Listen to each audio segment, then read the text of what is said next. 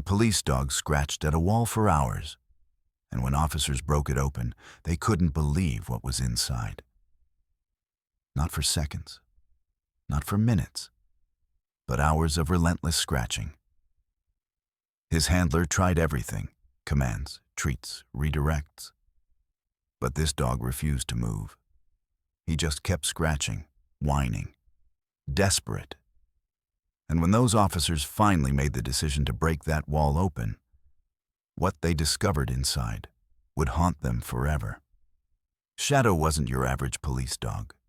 Sure, he had all the training, the certifications, the medals, the commendations, but there was something else about him. Something that couldn't be taught in any academy or training facility.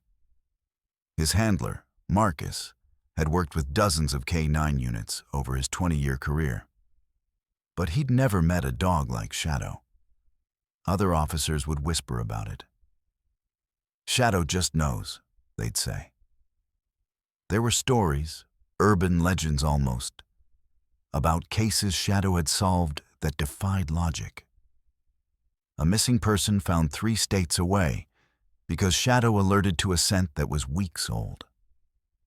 A hidden drug operation discovered because the dog refused to leave a particular street corner, even though there was nothing visible to the human eye. A child lost in the woods for 18 hours, found alive because Shadow tracked a trail that should have been impossible to follow. But Marcus didn't believe in magic. He believed in science, in training, in protocol. He was old school. The kind of cop who trusted what he could see, measure, and document. And that's exactly why he and Shadow were the perfect pair. Even though they couldn't have been more different in their approach to the world. "Shadow's just a dog," Marcus would tell the younger officers when they got starry-eyed about the K9's seemingly supernatural abilities. "He's got good instincts, better than most. But instincts aren't miracles." But then came the Riverside case. It was 3 years ago. A woman had gone missing from her home. No signs of struggle, no ransom note, nothing. The case went cold within weeks. The department moved on. The family never gave up hope, but everyone else did. Officially, she was just another missing person file gathering dust in the archives. Marcus and Shadow were called in for an unrelated investigation in that same neighborhood. Just routine. Just another day. But as they walked past the house where the woman had disappeared, Shadow stopped dead in his tracks. The dog's entire body went rigid. His ears perked up, and then he started pulling hard toward the house. "Come on, Shadow," Marcus said, trying to redirect him. They had work to do. They were looking for something else entirely. But Shadow wouldn't budge. Against his better judgment, against protocol, against everything Marcus believed in. He called it in. He requested a search warrant for that house. His sergeant thought he was insane.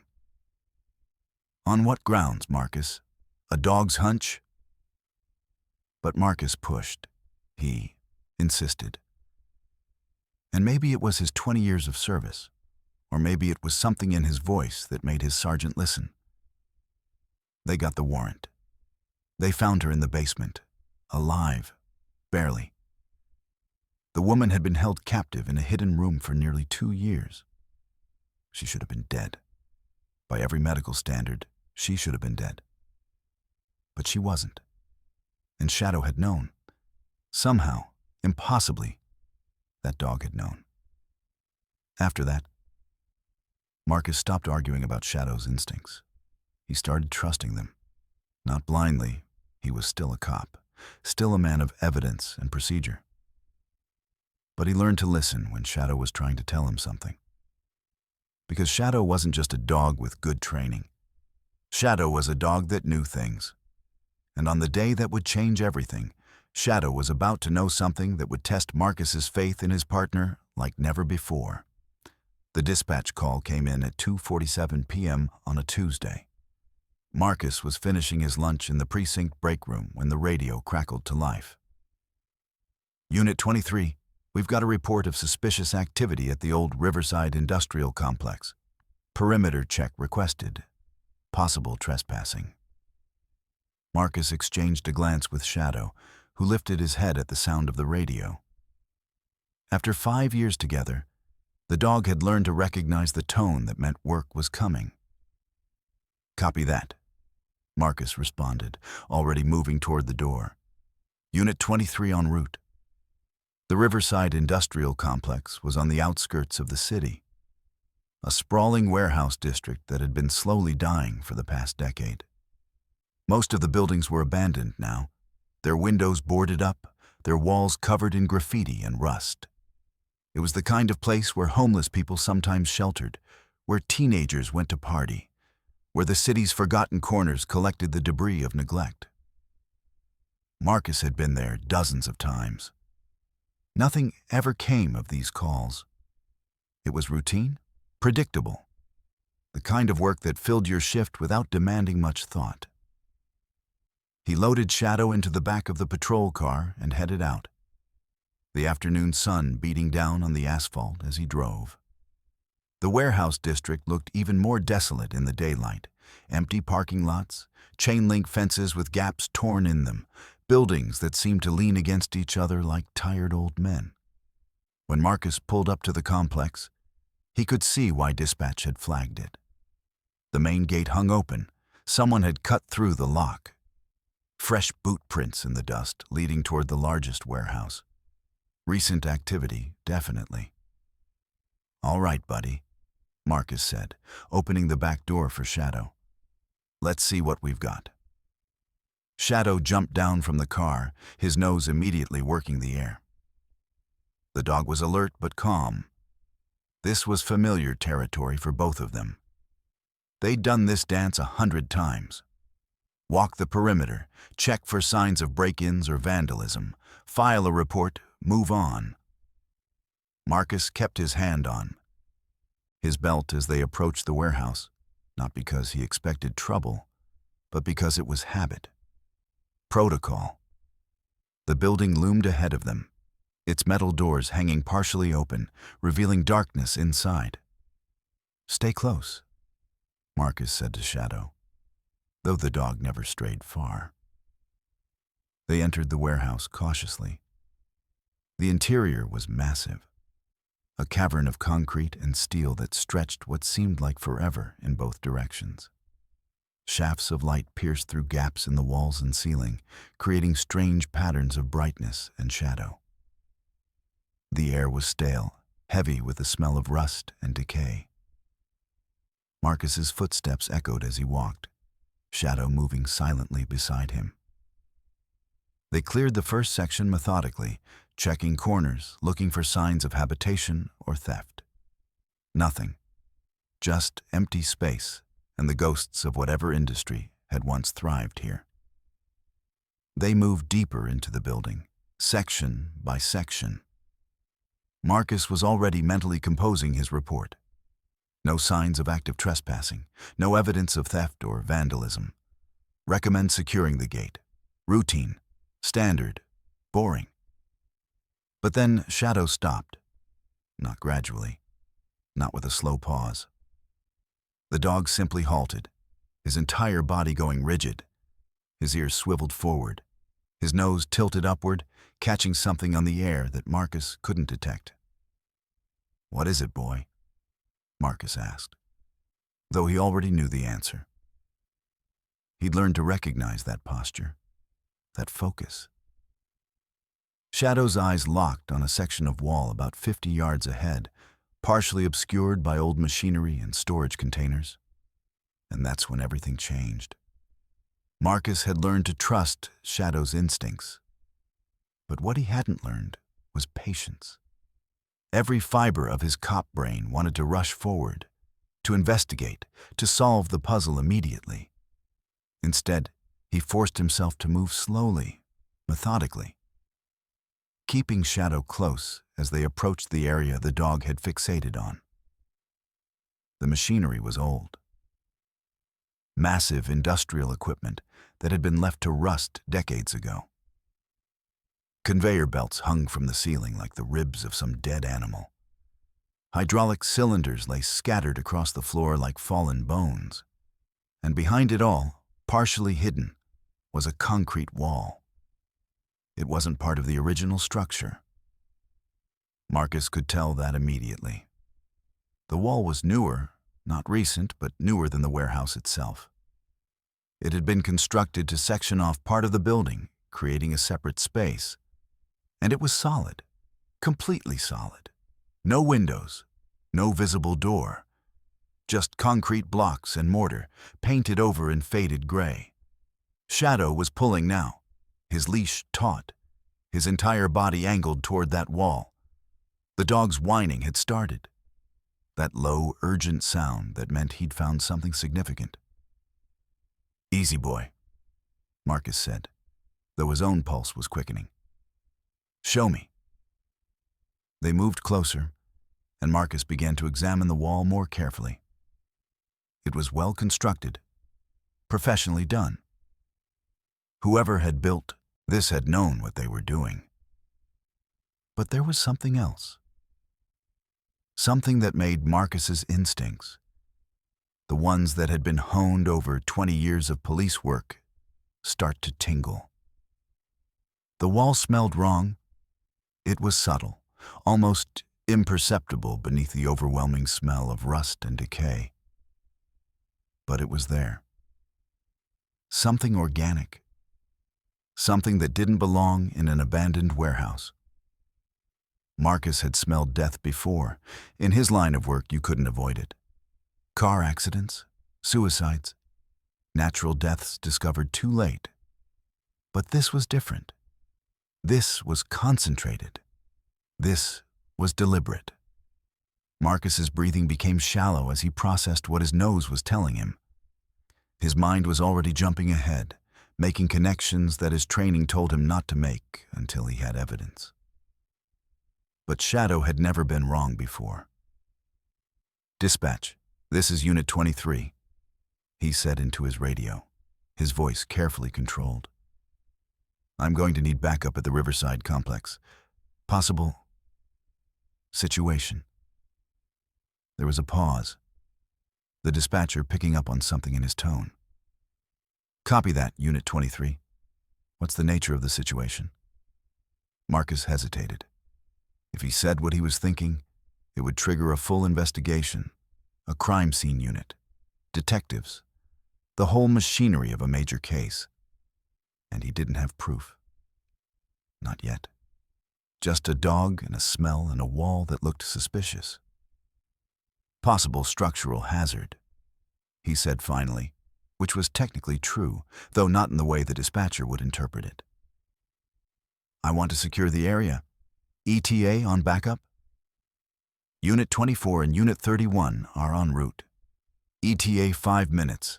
Fire department also being notified for structural assessment." "Copy that." Marcus ended the transmission and turned his attention back to the wall. Shadow was still pulling, still whining, his paws scraping against the concrete in desperate, repetitive motions.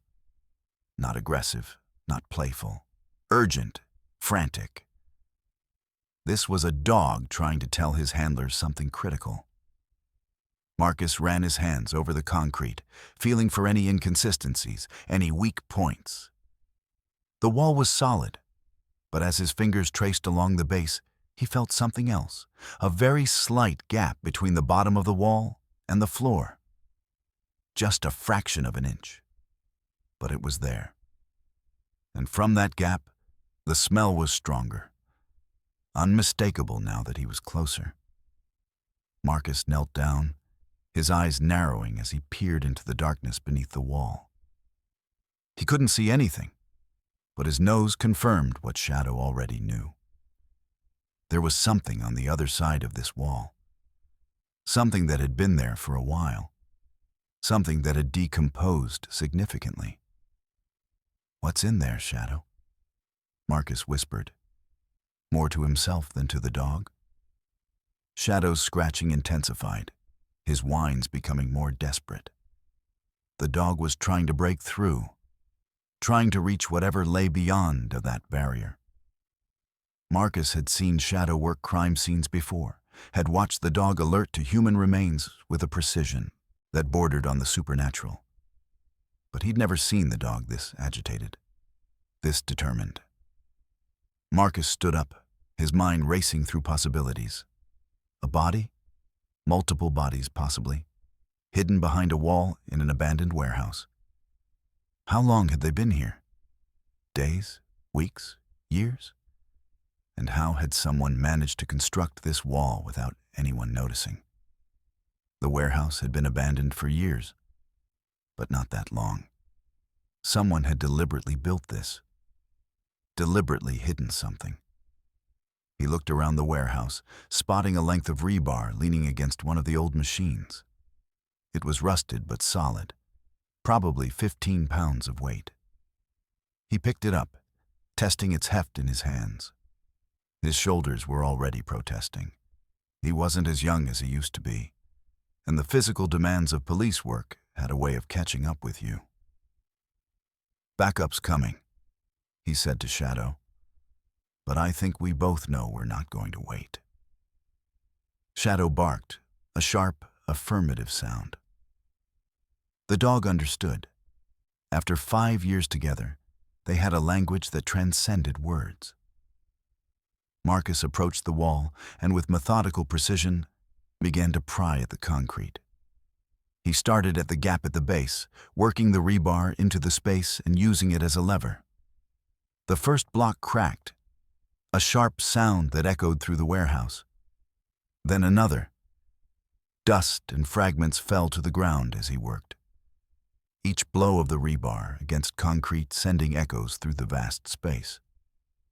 Shadow was beside him now, not scratching anymore, but watching, waiting, as if the dog knew that they were finally getting close to whatever truth lay hidden behind that wall. It took 10 minutes of sustained effort, 10 minutes of physical exertion that left Marcus breathing hard and covered in dust. His arms ached. Sweat dripped down his face, mixing with the concrete dust to form a gritty paste. But he didn't stop. Couldn't stop. Because with each block that fell away, the smell grew stronger, and Marcus's certainty grew with it. Finally, a section of the wall began to give way. A hole opened up, small at first, no bigger than a fist, then larger as more blocks crumbled. Marcus worked methodically, expanding the opening, his breathing becoming more labored as the smell intensified. And when the hole was finally large enough to see through, the smell that poured out was unmistakable. Death. But not the smell of a single body. This was the accumulated stench of multiple decompositions, layered over time, concentrated in a sealed space. Marcus had to fight the urge to gag. He trained himself not to react to these smells. It was part of the job. But this was overwhelming. Shadow pressed forward, his nose to the hole, but Marcus held him back gently. "Easy, boy," he said, his voice tight. "Backup's almost here. We need to secure this." In the distance, he could hear sirens. Getting closer, multiple sirens. The dispatcher had called in more than just 2 units. They were coming with everything.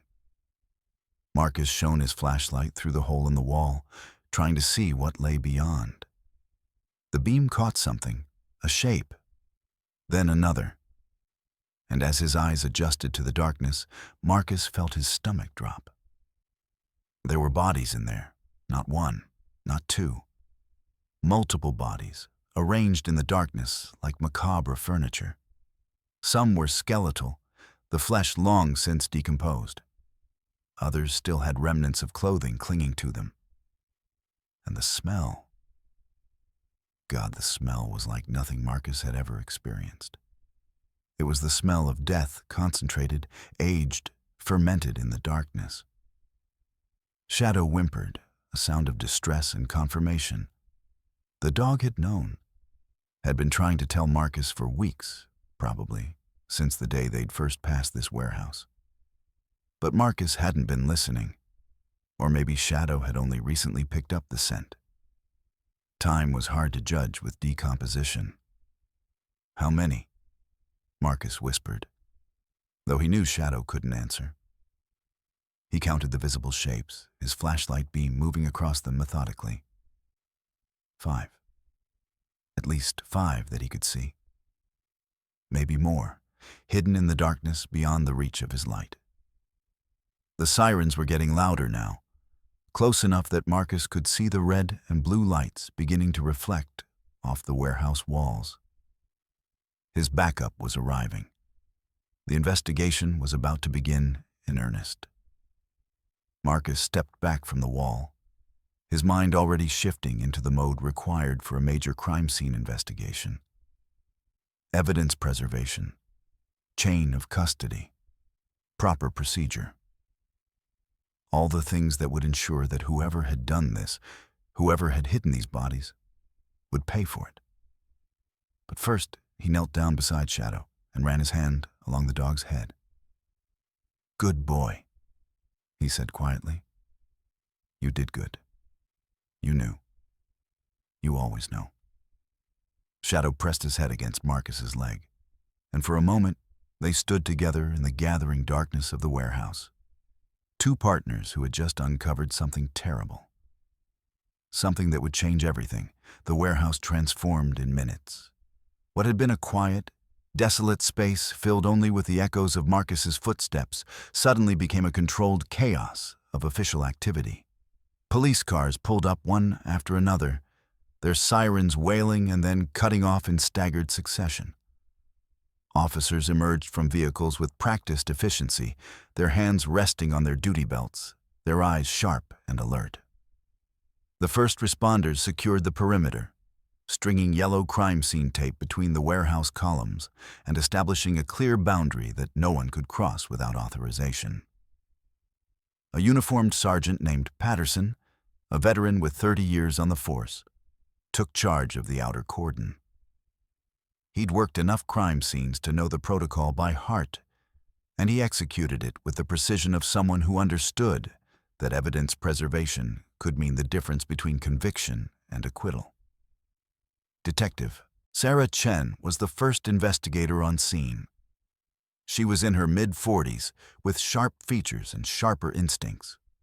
Her dark hair was pulled back in a practical bun, and she wore her detective's shield on a chain around her neck, a habit she'd developed years ago after losing it at a crime scene. Marcus had worked with her on dozens of cases over the years, and he respected her more than almost anyone in the department. She took one look at the hole in the wall, caught a whiff of the air coming from beyond it, and her entire demeanor shifted into investigative mode. Her face went pale for just a moment. That involuntary reaction that even experienced detectives couldn't suppress when confronted with the unmistakable smell of human decomposition. But she recovered quickly, her jaw tightening as her mind shifted into the analytical framework required for a major investigation. "How many?" she asked Marcus, not bothering with pleasantries. "At least 5 visible. Could be more in the back. I only looked through the hole, didn't want to contaminate the scene." Chen nodded approvingly, and Marcus could see the respect in her eyes. In her experience, civilians and even some officers would have torn the wall apart in their eagerness to see what was inside. The fact that Marcus had restrained himself, had thought about evidence preservation, even in his initial shock, told her something important about his character. "Shadow?" Chen asked, glancing at the dog. "Alerted to this section of the wall about 20 minutes ago. Wouldn't let it go. I've never seen him this focused on a single location." Of course he did. Chen pulled out her phone and began making calls with the efficiency of someone who'd done this many times before. Her voice was calm, professional, but there was an undercurrent of urgency that communicated to everyone on the other end that this was a priority call. Within minutes, The crime scene unit was being dispatched from their downtown facility. The medical examiner was being notified and told to clear her schedule. The warehouse was being secured with additional yellow tape and uniformed officers stationed at every entrance and exit. A sergeant was assigned to create a master log of everyone who entered or left the crime scene, a crucial step in maintaining the chain of custody that would be essential if this case went to trial. Detective Chen also called for additional resources: a forensic photographer, the evidence technician, and a crime scene reconstruction specialist. This wasn't going to be a simple investigation. This was going to require every tool in the department's arsenal. Marcus was asked to give his statement to a junior detective, a kid named Rodriguez, who looked like he'd barely made detective. The kid couldn't have been more than 30, with the eager energy of someone still new to major investigations. His hands shook slightly as he took notes, and Marcus realized this was probably his first major case, a serial killer's hidden chamber. Because that's what this was. Marcus was certain of it now. No one hid 5 bodies in a sealed room by accident. No one constructed a professional-grade concrete wall in an abandoned warehouse unless they had something significant to hide. Rodriguez's notepad was already half filled with his preliminary observations. The kid had good instincts. He'd already noted the time of discovery, the weather conditions, the exact location of the wall within the warehouse. These details seemed mundane, but they would be crucial in establishing a timeline and understanding how the killer had operated. "How did you know to break through the wall?" Rodriguez asked, his pen poised over his notepad, his eyes searching Marcus's face for any sign of deception. Marcus considered the question carefully. How did he explain Shadow's instincts to someone who didn't understand the dog? How did he explain the inexplicable connection between a handler and his canine partner? How did he describe the way a dog could sense something that human senses couldn't detect? "My canine unit alerted to the area," Marcus said simply, choosing his words with care. "Years of training teach you to trust those alerts. I investigated further and found the structural anomaly. The gap at the base of the wall, the different construction materials, the way the concrete had been laid. It all indicated that this wall wasn't part of the original structure. It wasn't a lie. It was just a simplified version of the truth." Rodriguez seemed satisfied with the answer, and Marcus could see the kid making notes about canine training protocols and the reliability of canine detection. By the time the crime scene unit arrived, the sun was beginning to set, casting long shadows across the warehouse floor that made the space feel even more ominous. The team worked methodically, photographing everything before they began the careful process of removing the remaining concrete blocks and expanding the opening in the wall. The lead crime scene investigator was a woman named Patricia Huang, a meticulous professional who had been with the department for 20 years. She treated every crime scene like it was a puzzle that needed to be solved with precision and care. Every angle was photographed from multiple perspectives. Every piece of debris was cataloged and tagged. Every measurement was recorded to the millimeter. Marcus watched from a distance, standing behind the yellow tape with Shadow at his side. The dog had calmed down now, his alert over, his job done. He'd found what he was meant to find. Now it was up to the humans to figure out what it meant. Shadow seemed to understand this instinctively. His body language had shifted from urgent and focused to calm and observant. He sat quietly, occasionally glancing up at Marcus as if to check in, to make sure his handler was managing the emotional weight of what they'd discovered. The first body they removed was female. What remained of her anyway? The skeleton was mostly intact, preserved by the sealed environment, but the soft tissue had long since decomposed into a dark, unrecognizable mass. Based on the clothing fragments still clinging to the bones, she'd been wearing a sundress. Yellow, or it had been yellow once. Now it was stained brown with the fluids of decomposition, and the smell that emanated from her remains was overwhelming. The forensic photographer documented every angle of the removal process. Video cameras recorded the extraction, creating a permanent record that could be reviewed later if needed. Every movement was deliberate and careful, designed to preserve any evidence that might be clinging to the remains. Preliminary estimate, 5 to 10 years, the medical examiner said. A woman named Dr. Patricia Okonkwo, who had a reputation for being able to read death like a book. She was in her 50s, with gray streaking her dark hair and the calm demeanor of someone who'd seen humanity at its worst and had learned not to be surprised by it anymore. Could be longer. The sealed environment has preserved some of the remains better than outdoor conditions would have, but also accelerated decomposition in other ways due to the lack of air circulation and the buildup of decomposition gases. I'll need to do a full autopsy to determine cause of death, but preliminary observations suggest blunt force trauma to the skull. The second body was male, older, based on the gray in what remained of his hair and the arthritic changes visible in the skeletal structure. He'd been wearing a suit, a nice one once. The fabric was rotted and disintegrating, but you could still see the quality of the tailoring, the expensive cut. This had been someone with resources, someone who'd had a life before being brought to this warehouse. The third body was smaller. A child, maybe 12 or 13 years old, based on the skeletal development. The remains were fragile, delicate, and when Dr. Okonkwo began the careful process of removing them, everyone present seemed to hold their breath. Marcus felt something twist in his chest. A child. Someone had murdered a child and sealed her in this wall. The injustice of it, the sheer evil required to commit such an act, made Marcus's hands clench into fists. Jesus, one of the crime scene techs muttered, his voice thick with emotion, and no one corrected him for the outburst.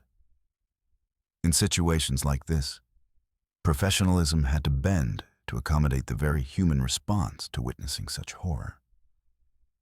The fourth body was also female, skeletal remains suggesting she'd been dead for several years. Fragments of clothing indicated she'd been wearing jeans and a t-shirt. The fifth body was partially decomposed, suggesting a more recent death, perhaps 3 to 5 years ago, based on Dr. Okonkwo's preliminary assessment.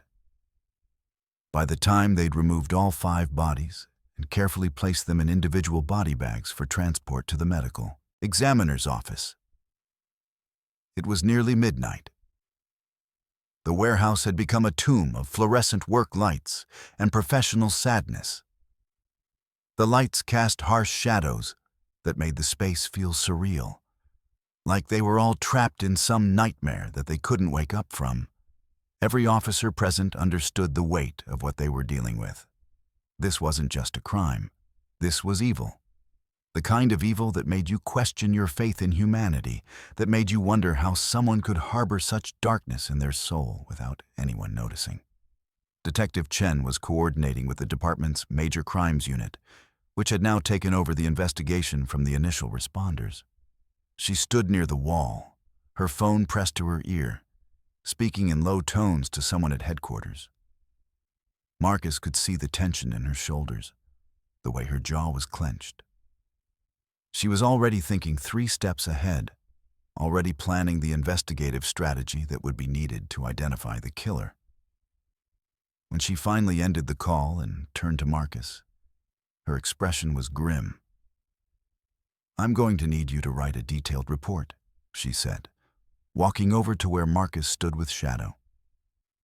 "Everything you observed, everything Shadow alerted to, the exact timeline of your arrival, your observations, your actions. I want this case airtight. When we find whoever did this, I want to make sure they never see daylight again."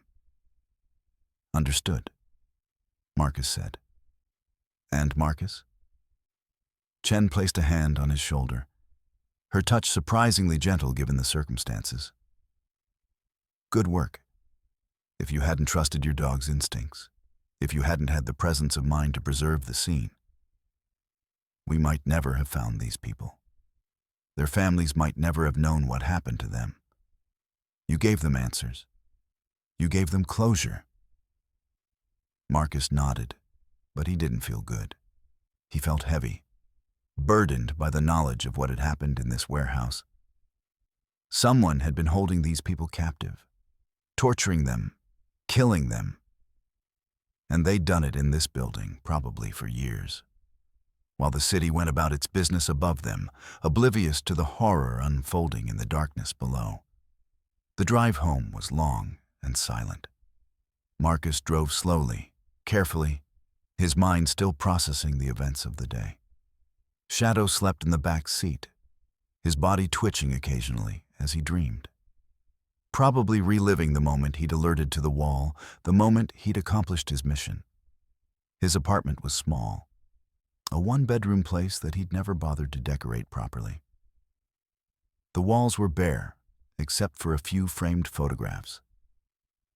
Marcus and his ex-wife on their wedding day, now looking at each other with an expression that suggested they both knew how it would end. Marcus and Shadow on the day they'd been partnered together, both looking proud and hopeful. A few pictures from various cases over the years, moments of triumph that felt hollow now. He poured himself a whiskey, a nice one, a single malt he'd been saving for a special occasion, though this hardly qualified as special, and sat on his couch, staring at nothing. Shadow jumped up beside him, resting his head on Marcus's lap. The dog always knew when something was wrong, always knew when his handler needed comfort. It was one of the reasons Marcus loved the dog so completely. "We did good today," Marcus said to the dog, running his fingers through Shadow's fur, feeling the warmth of the dog's body against his own. "We found them. We brought them home." But it didn't feel like a victory. It felt like opening a door to a nightmare.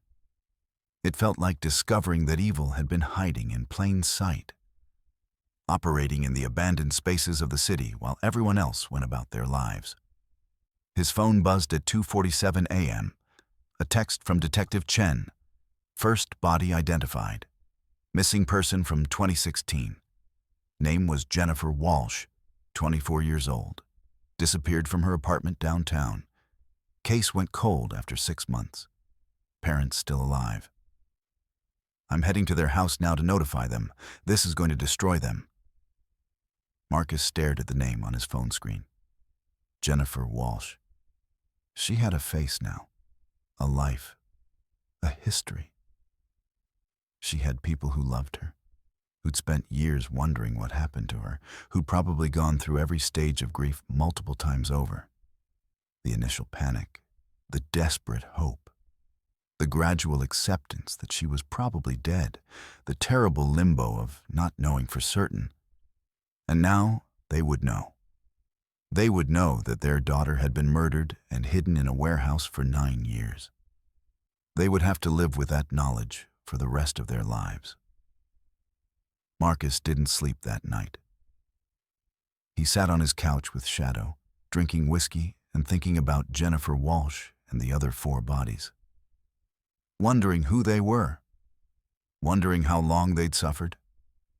Wondering if there were more bodies hidden somewhere else, in some other sealed room, in some other abandoned building in the city. By dawn, Detective Chen had identified 3 of the other bodies. All missing persons from the past decade. All from the city. All cases that had gone cold after months of investigation with no leads.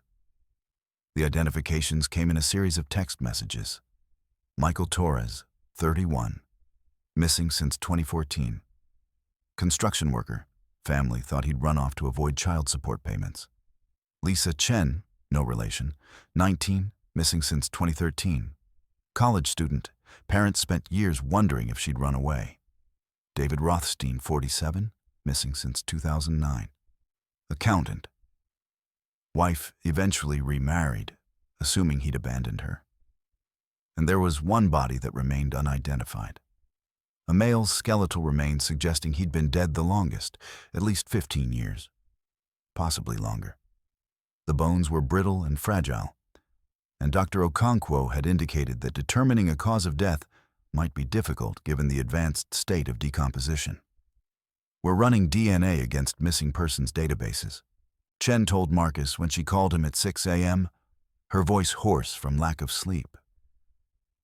"But if he's not in the system, if he's someone who disappeared before we started keeping comprehensive records, it could take a while. I'm also requesting records from the warehouse, who owned it, who had access, who might have had the means and opportunity to build that wall." "You think it's someone local?" Marcus asked, cradling the phone against his shoulder while he made coffee. "I think it's someone who knew this building intimately. Someone who had access to it for an extended period. Someone with construction knowledge and the resources to purchase materials without drawing attention. And someone with the kind of twisted psychology that allows you to keep human beings locked in a sealed room and torture them to death." Marcus felt his stomach turn at the casual way Chen described the killer's psychology. She wasn't being callous, she was being analytical. In her experience, understanding the killer's mindset was crucial to catching them. "Any leads?" Marcus asked. "Not yet, but we'll find them. We always do." But as Marcus hung up the phone, he wasn't so sure. Whoever had done this had been careful, methodical. They'd built a wall that was professional grade, the kind of work you'd expect from a contractor with years of experience. They'd sealed their victims away so effectively that no one had known, no one had heard, no one had suspected. It was the kind of crime that required planning, patience, and a complete absence of conscience. Marcus looked at Shadow, who was watching him with those dark, intelligent eyes that seemed to understand more than any dog should. "What else do you know?" Marcus asked the dog. "What else are you trying to tell me?" Shadow didn't answer. He never did. But Marcus was beginning to understand that his partner's knowledge went beyond simple scent tracking. Shadow seemed to understand the architecture of crime itself, the way evil moved through the world, the way it left traces that only a dog's senses could detect. And if Shadow could sense it, then Marcus was going to learn to read those signals. Because whoever had done this, whoever had killed Jennifer Walsh and 4 other people, whoever had sealed them in a concrete tomb and left them to decompose in darkness, was still out there. And Marcus was going to find them. He showered, changed into fresh clothes, and headed back to the precinct. It was going to be a long investigation. The kind that consumed your life. The kind that changed you. The kind that made you question everything you thought you knew about the city you'd sworn to protect. The precinct was buzzing with activity when Marcus arrived. The Major Crimes Unit had set up a task force, with Detective Chen at the center of it all. A large whiteboard displayed the photographs of the 5 identified victims, with their names, ages, and dates of disappearance written beneath. The unidentified body was represented by a question mark. Marcus was assigned to work with Chen on the investigative team. His role would be to coordinate with Shadow, to use the dog's abilities to search for additional crime scenes or evidence that might be connected to the killer. As Marcus pulled into the parking lot, Shadow pressed his nose against the window, his eyes focused on something in the distance. Something Marcus couldn't see. The dog's body language had shifted again. He was alert, focused, almost as if he was sensing something that the investigation had yet to uncover. And Marcus realized that this case was far from over. In fact, it was only just beginning. This was going to be the case that defined his career. This was going to be the case that either made him or broke him. He took a deep breath, clipped the leash to Shadow's collar, and headed into the precinct, ready for whatever lay ahead. The task force operations room had been set up on the 3rd floor of the precinct, a space that had previously served as a training room. Now it was transformed into a nerve center of investigation. Large whiteboards covered 3 walls, displaying photographs, timelines, and connections between the victims. A long table held stacks of case files, missing persons reports, and preliminary forensic findings. Computer terminals lined another wall, each one staffed by detectives cross-referencing databases and searching for connections. Detective Chen stood at the center of it all, orchestrating the investigation with the precision of a conductor leading a symphony. She'd been awake for nearly 36 hours, running on coffee and adrenaline, but her mind was sharp and focused. Marcus had seen her in this mode before. It was when she did her best work, when the exhaustion seemed to sharpen her instincts rather than dull them. "All right, listen up," Chen called out, tapping her knuckles against the whiteboard to get everyone's attention. The room quieted, and all eyes turned toward her. There were 12 detectives in the room, along with 2 FBI liaisons who'd been called in once it became clear this was likely a serial killer case. "We have 5 identified victims and 1 unknown. Let's review what we know." She pointed to the first photograph. Jennifer Walsh, the young woman in the yellow sundress. Jennifer Walsh, 24, disappeared from her apartment on August 15, 2016. She was a graduate student at the university, studying psychology. Her roommate said she went out for an evening run and never came back. The case went cold after 6 months, when there were no leads and no evidence of foul play. The parents have been notified and are cooperating fully with the investigation. Chen moved to the next photograph. Michael Torres. Michael Torres, 31, missing since March 3, 2014. Construction worker, married with 2 kids. His wife reported him missing after he didn't come home from work. Initial investigation suggested he might have run off to avoid child support payments, so the case wasn't pursued aggressively. We now know that was a serious mistake in judgment. The room was silent as Chen continued through each victim, laying out their lives, their circumstances, their families. With each name, each face, the weight of the investigation seemed to grow heavier. Lisa Chen, no relation to me, 19 years old, missing since July 22, 2013. College student, first year at the university. Parents assumed she'd run away after a fight with her mother about her choice of major. They spent 2 years not knowing if she was alive or dead. David Rothstein, 47, missing since November 10, 2009. Accountant at a mid-sized firm downtown. His wife eventually had him declared legally dead and remarried. She's currently being notified that her first husband was murdered and hidden in a warehouse. And finally, Chen said, pointing to the photograph of the oldest remains, "We have our unknown victim. Male skeletal remains suggest he's been dead for at least 15 years, possibly longer. He's our oldest case, which means our killer has been active for at least 2 decades. A young detective named James Patterson raised his hand. He was in his late 20s, eager and sharp, one of the new generation of investigators who'd grown up with digital forensics and DNA databases. "Detective, have we found any connections between the victims? Age, occupation, location of disappearance, anything that might indicate a pattern?" Chen nodded. "Good question. That's what we're working on.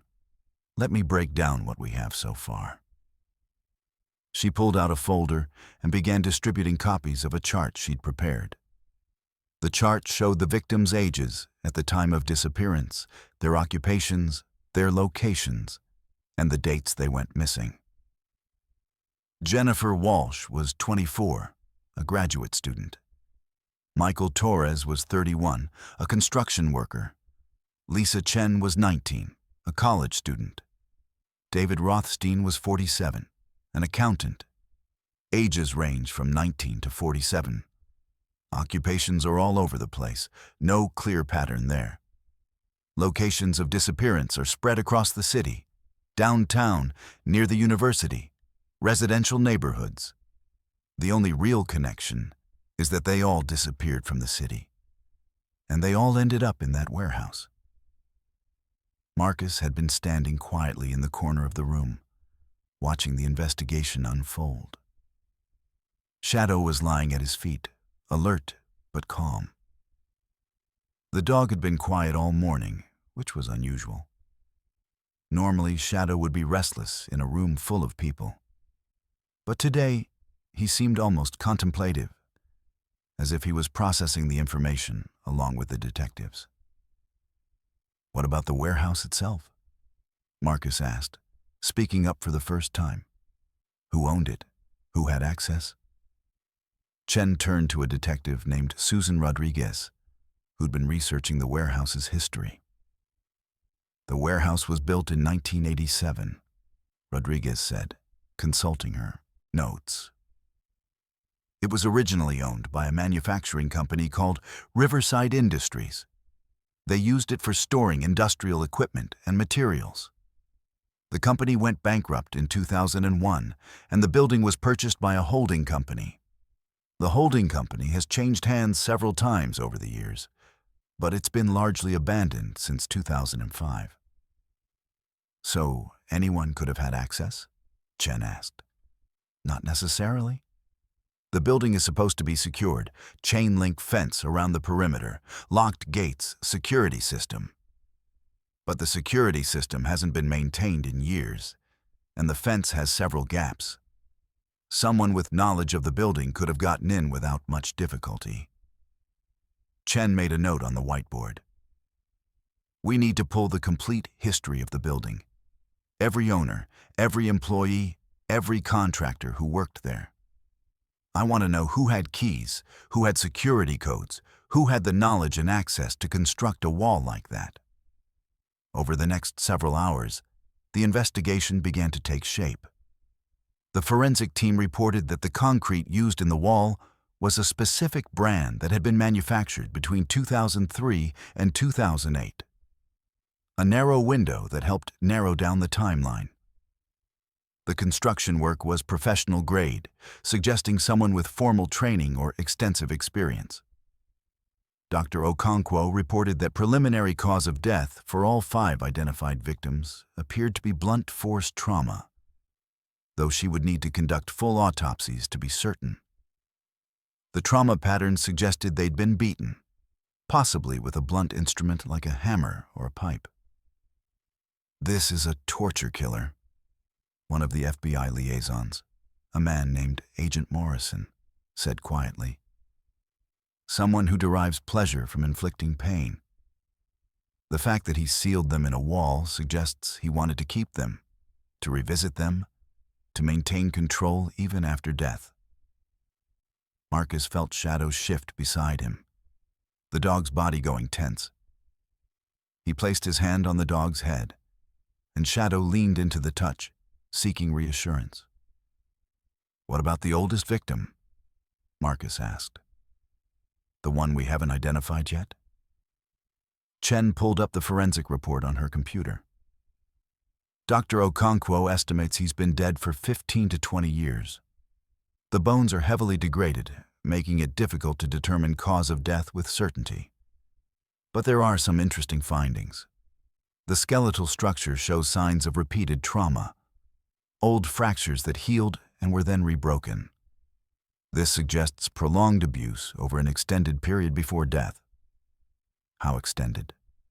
Marcus asked. "Months, maybe years. This victim was tortured for a long time before the killer finally decided to end him." The room fell silent. The implication was clear. If this victim had been dead for 15 to 20 years, Then the killer had been active since at least the early 2000s, possibly the 1990s. They were dealing with someone who'd been murdering people for 2 decades without being caught.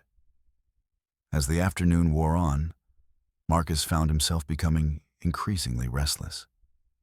Shadow, too, seemed agitated. The dog kept getting up, walking in circles, then lying back down. It was a behavior Marcus recognized. Shadow was trying to tell him something, but Marcus couldn't figure out what. Around 4 p.m., Marcus decided to take Shadow out for a walk. The dog needed to move, to process whatever information he'd gathered, and Marcus needed to clear his head. They left the precinct and walked through the downtown area, heading toward the river that ran through the city. Shadow pulled Marcus in a specific direction, toward the warehouse district. They walked past several abandoned buildings, their windows boarded up, their walls covered in graffiti. Shadow's interest seemed to intensify as they got closer to the Riverside complex. When they arrived at the warehouse where the bodies had been found, Marcus was surprised to see that the crime scene tape was still up, but there were no officers present. The initial processing had been completed and the scene had been secured, but not actively monitored. Shadow pulled Marcus toward the warehouse, and Marcus found himself following the dog inside.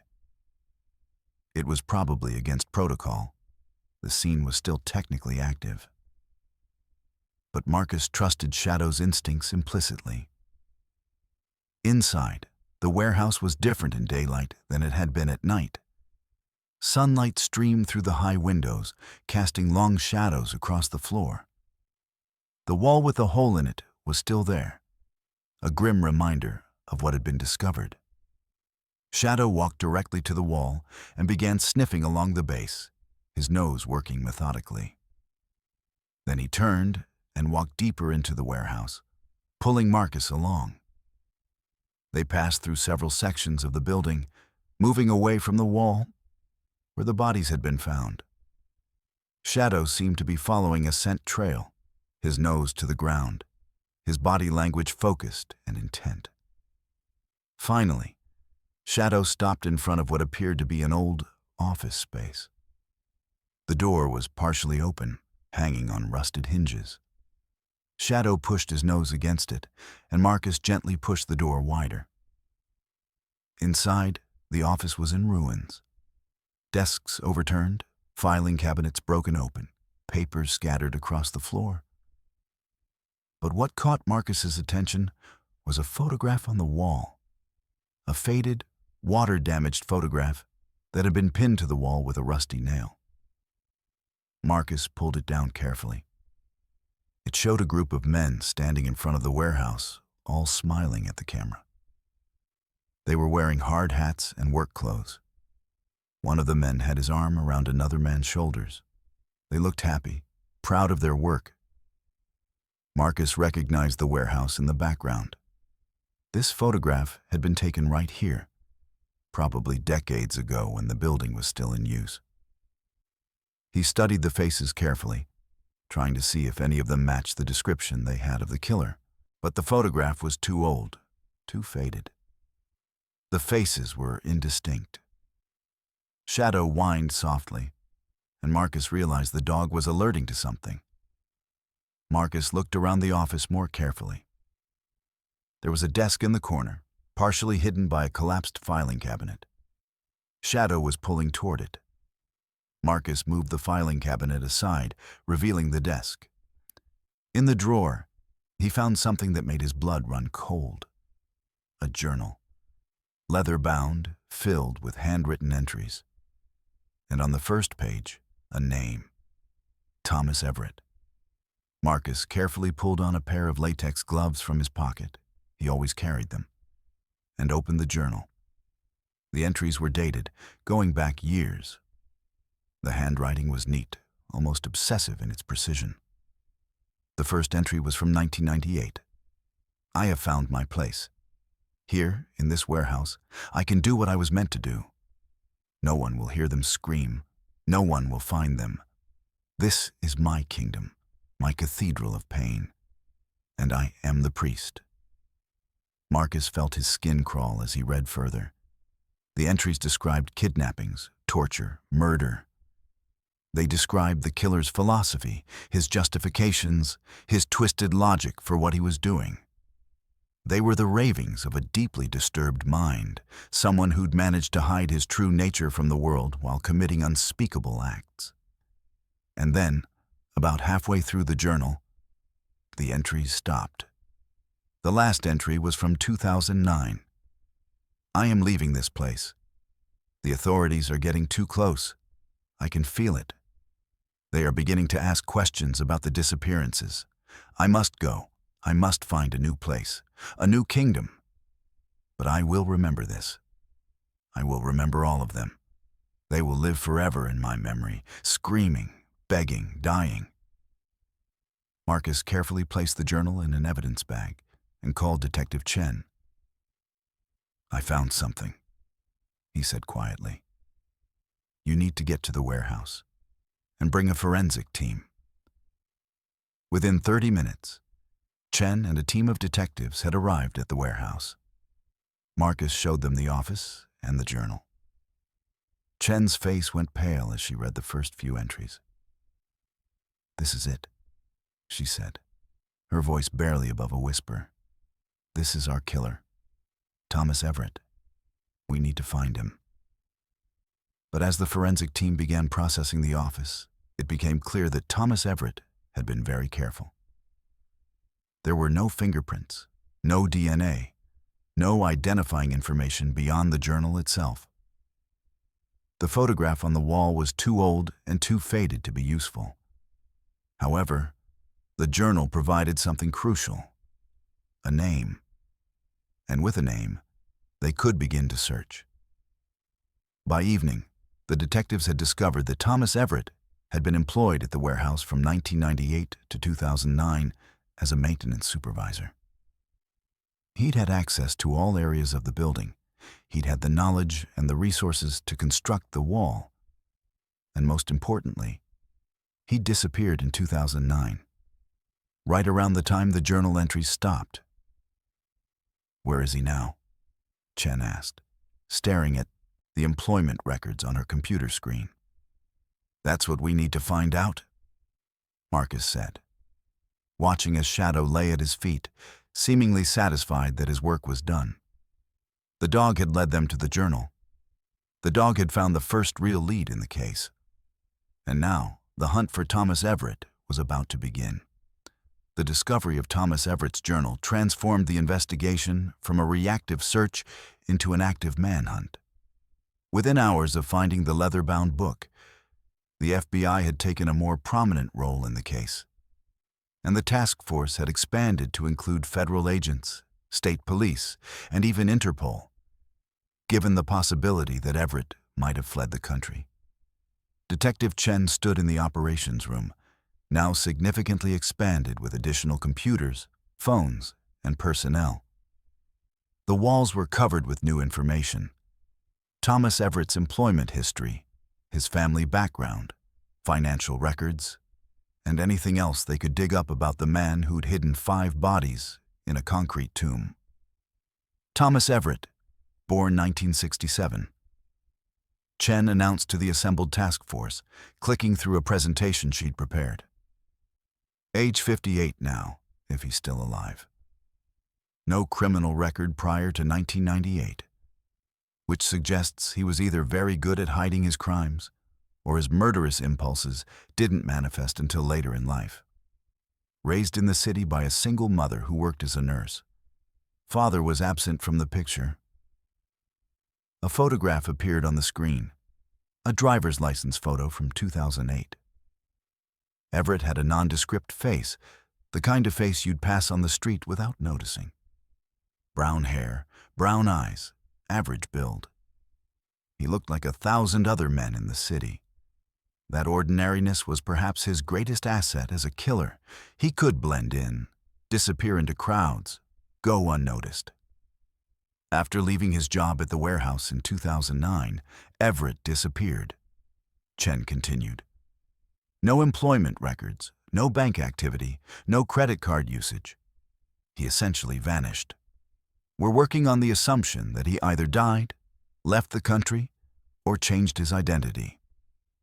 Agent Morrison, the FBI liaison, leaned back in his chair. He was a man in his 50s, with the weathered face of someone who'd spent decades hunting predators. What about family, friends, anyone who might have harbored him? We're tracking down his mother, Chen said.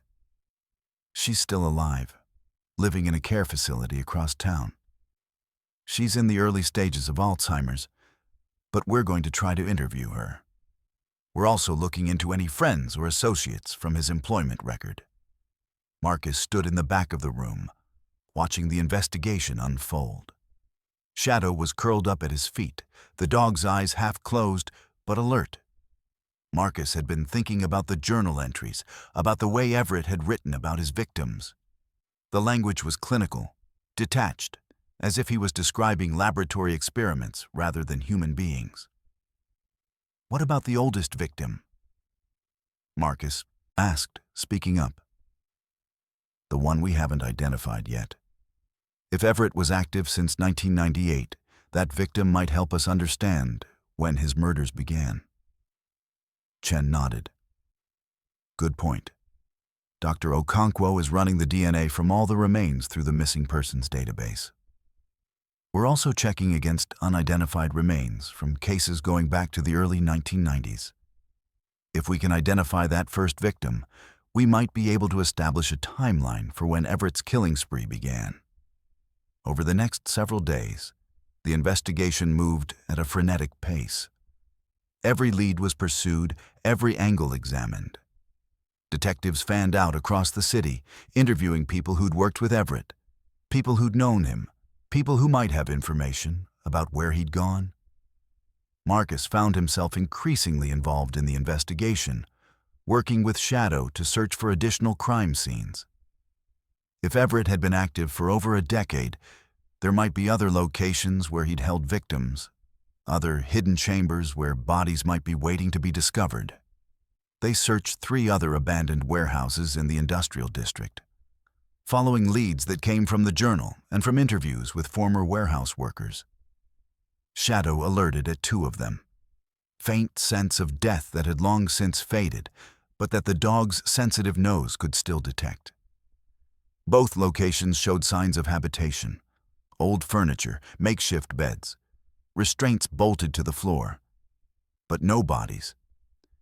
Everett had been careful to consolidate his victims in the one location. On the 5th day of the investigation, Dr. Okonkwo called with news about the oldest victim. "We have an identification," she said over the phone, her voice carrying the weight of what she'd discovered. The oldest remains belonged to a man named Richard Hartley. He was reported missing in 1999, but the case went cold almost immediately. No family to push for answers, no resources to conduct an extensive investigation. Chen immediately pulled up Richard Hartley's file.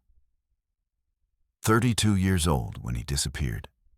Homeless, no fixed address, no family to report him missing. He was reported missing by a social worker at a homeless shelter. "A homeless victim," Agent Morrison said when Chen shared the information with the task force. That's significant. Homeless individuals are often targeted by serial killers because they're less likely to be missed, less likely to have people searching for them. Which means there could be more, Chen said grimly. If Everett started with homeless victims, there could be a whole string of disappearances we never connected to anything. The task force immediately began reviewing missing persons cases from the 1990s and 2000s, focusing on homeless individuals and other vulnerable populations. What they found was disturbing. A pattern of disappearances that had never been investigated thoroughly because the victims were considered low priority. By the end of the first week, the task force had identified 12 potential victims. People who disappeared during the years Everett was employed at the warehouse. They couldn't prove that all of them were killed by Everett, but the pattern was compelling. Meanwhile, the search for Everett himself had yielded little. He'd left no forwarding address, no indication of where he was going. His bank account had been emptied in 2009, and there was no record of him accessing it since. His mother, when finally interviewed, could provide no information. Her Alzheimer's had progressed to the point where she barely recognized her own son's name. "He's disappeared," Chen said to Marcus one evening as they sat in the operations room, surrounded by case files and photographs. "He's out there somewhere, and we have no idea where he is." "He's still in the city," Marcus said with certainty. Chen looked at him sharply. "How do you know that?" "Because Shadow hasn't stopped alerting. Every time we get close to the warehouse district, he starts pulling towards something. There's more here, more evidence, more victims, more of Everett's presence. He didn't leave the city. He just went deeper underground." Chen considered this. "You think he's still killing?" "I think he never stopped. The journal entries ended in 2009, but that doesn't mean he stopped. It just means he stopped documenting his crimes."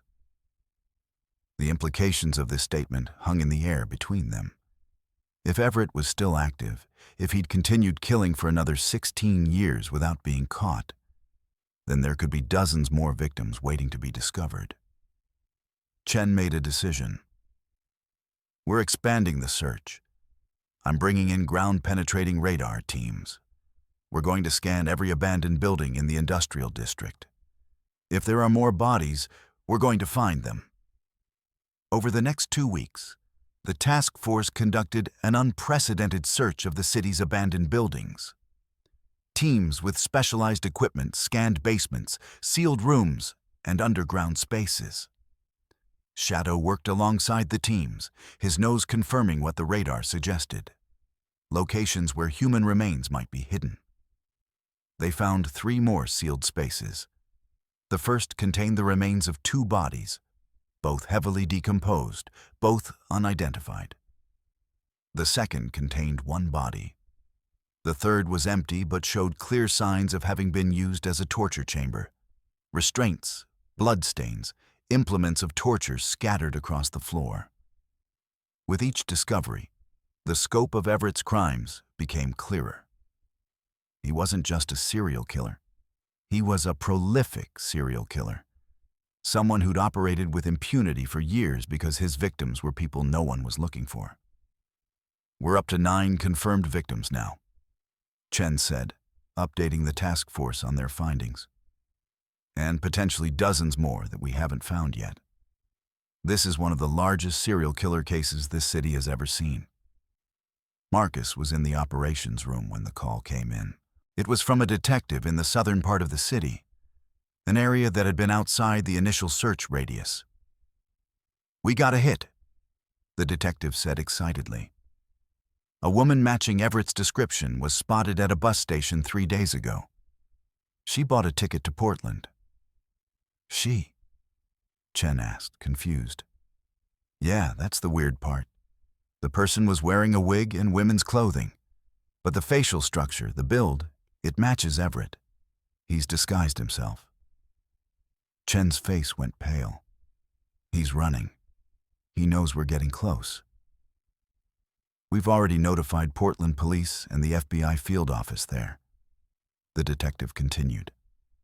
"They're setting up checkpoints, checking hotels, doing everything they can to find him before he leaves the state." But even as the detective was speaking, Marcus knew it was too late. If Everett had already made it to Portland, he could be anywhere by now. He could be in another city, another state, another country. He could have already killed again. Shadow whined softly, and Marcus looked down at the dog. Shadow's body language had shifted. He was agitated, frustrated, as if he was trying to communicate something urgent. "What is it, boy?" Marcus asked, kneeling down to look at the dog's face. "What are you trying to tell me?" Shadow pulled toward the window, toward the direction of the industrial district. The dog was insistent, almost desperate. Marcus stood up and looked at Chen. "I need to take Shadow back to the warehouse district. There's something there, something he's been trying to show us." Chen didn't hesitate. "Go. Take whoever you need." Marcus grabbed his jacket and headed out with Shadow. They drove to the warehouse district, and Marcus let the dog lead him. Shadow moved with purpose, pulling Marcus away from the Riverside complex and toward a different section of the industrial area. They stopped in front of a building Marcus hadn't paid much attention to before. A smaller warehouse, partially collapsed, its windows broken and boarded up. Shadow pulled hard toward the entrance, whining insistently. Marcus called for backup, and then carefully entered the building. It was dark inside, the air thick with dust and decay. Shadow moved deeper into the structure, leading Marcus through a maze of corridors and rooms. Finally, they reached a basement level. And there, in a reinforced room hidden beneath the warehouse, Marcus found what Shadow had been trying to show him. A living space, recently used, food wrappers in a trash can, a sleeping bag, clothes, and on the walls, photographs. Dozens of photographs of people. Some of them victims Marcus recognized from the case files, others he didn't recognize at all. But most disturbing of all was a photograph of Detective Chen, taken recently, probably from outside the precinct. And next to it, a handwritten note. "I see you, Detective. I know you're looking for me, but you'll never find me. I am everywhere and nowhere. I am the darkness that lives in the spaces between your city's buildings. I am the screams no one hears. I am eternal." Marcus immediately called Chen and told her what he'd found. Within minutes, the entire task force was converging on the location. But Marcus knew, even as the sirens approached, that Everett was already gone. The room felt abandoned, the supplies old and dusty. Everett had been here, but he wasn't here anymore. The hunt had entered a new phase. They were no longer looking for a killer who was hiding. They were looking for a killer who was running. And with each passing hour, the distance between them grew greater. Marcus stood in the basement room, Shadow at his side, and understood the terrible truth. Thomas Everett was still out there, and he wasn't going to stop killing until he was caught. And the clock was ticking.